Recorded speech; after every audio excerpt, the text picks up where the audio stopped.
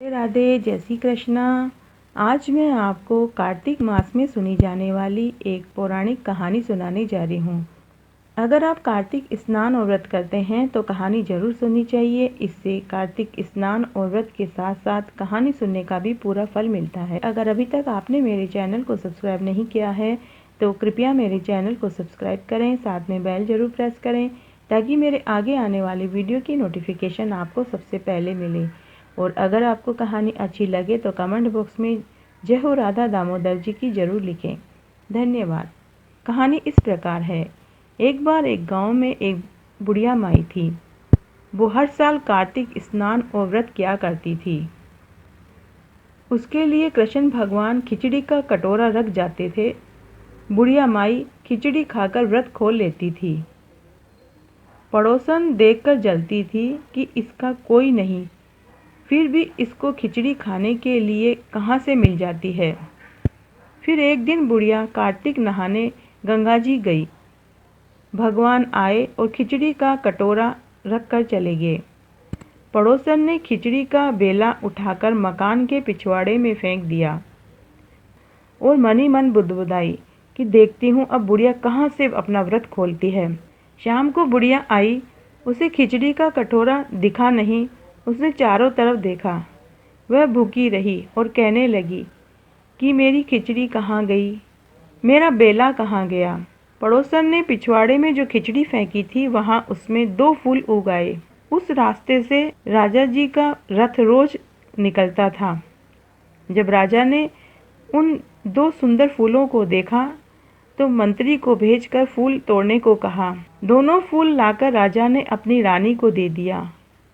रानी ने उस फूल को सूंघा तो उससे उन्हें गर्भ ठहर गया और रानी को 9वें महीने में 2 सुंदर पुत्र हुए। राजा रानी की खुशी का ठिकाना नहीं रहा। लेकिन जैसे जैसे बच्चे बड़े हुए तो सबको पता चला कि वो बोल नहीं पाते। तब राजा रानी ने बहुत से वेद, हकीम, डॉक्टरों को दिखाया, लेकिन सब ने हाथ खड़े कर दिए। कहा कि ये बच्चे आजीवन गूंगे ही रहेंगे। राजा ने कहा चलो कोई बात नहीं, औलाद तो हुई। दोनों लड़के धीरे धीरे बड़े होने लगे। तब एक बार दोनों लड़के राजा के साथ शिकार खेलने के लिए गए और वो भी उसी रास्ते से गए जहाँ बुढ़िया की झोंपड़ी थी। बुढ़िया वहाँ अभी भी एक ही बात बोलती रहती थी, कहाँ गई मेरी खिचड़ी, कहाँ गया मेरा बेला। तो राजा के दोनों लड़कों ने ये बात सुनी तो राजा के लड़के रथ में से उतरकर बुढ़िया के पास गए और बोले, हम ही हैं तेरी खिचड़ी, हम ही हैं तेरा बेला। जब राजा को पता चला कि राजकुमार बुढ़िया से कुछ बोल रहे हैं तो राजा की खुशी का ठिकाना नहीं रहा। राजा ने बुढ़िया को महल में बुलवाया और कहा कि हमारी दोनों राजकुमार जन्म से ही गूंगे हैं, लेकिन वो तुम्हें देखते ही बोलने लगे। तुम कोई जादूगरनी हो या कौन हो तुमने मेरे पुत्रों को आवाज़ दी है। बुढ़िया ने कहा, मुझे इस बात का कुछ भी मालूम नहीं, लेकिन मैं कार्तिक व्रत करती थी। कृष्ण भगवान खुद मुझे खिचड़ी का कटोरा देकर जाते थे। एक दिन जब मैं गंगा स्नान करने गई तो मुझे खिचड़ी का कटोरा नहीं मिला।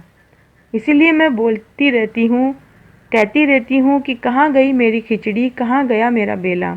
उसी समय आपके दोनों राजकुमारों ने कहा कि हम ही खिचड़ी हैं और हम ही बेला हैं। तब राजा ने अपने दोनों राजकुमारों को बुलवाया और पूरी बात पूछी। तब लड़के बोले, पिताजी हम ही वो खिचड़ी हैं और हम ही बेला हैं। हमें भगवान विष्णु जी ने यहाँ इस बुढ़िया के लिए भेजा है। इस बुढ़िया की खिचड़ी के कटोरे को इसकी पड़ोसन ने इसकी झोंपड़ी के पिछवाड़े में फेंक दिया, क्योंकि वो पड़ोसन इस बुढ़िया माई से जलती थी। तो उस खिचड़ी से हम 2 फूल उगाए जिन्हें आप तोड़कर रानी माँ के पास ले आए, जिससे हम 2 पुत्र पैदा हुए। राजा की खुशी का ठिकाना नहीं रहा और राजा ने अपने बच्चों को गले से लगाया और बुढ़िया माई को माँ का दर्जा दिया और अपने महल में रख लिया और उस पड़ोसन को दंड दिया। तो हे विष्णु भगवान, जैसे आप उस बुढ़िया माई के ऊपर प्रसन्न हुए वैसे सबके ऊपर होना। कहने वाले को, सुनने वाले को और हुकारा भरने वाले को। घटती हो तो पूरी हो तो परवान चढ़े, भूले बिसरे नाम तेरे भंडार में भरे।